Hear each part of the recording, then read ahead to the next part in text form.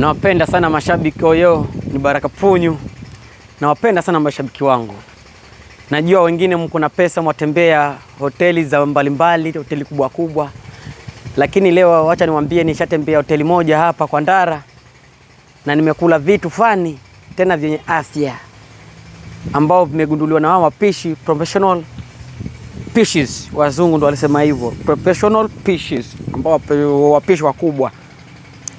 Mazeze ndari ya biriani ranazi kuchangana mchicha Zulu, kachumbari za tindipare kidogo kwa kanda, alafu wao kaandika na masala sima mataka nembe tsanga mbali.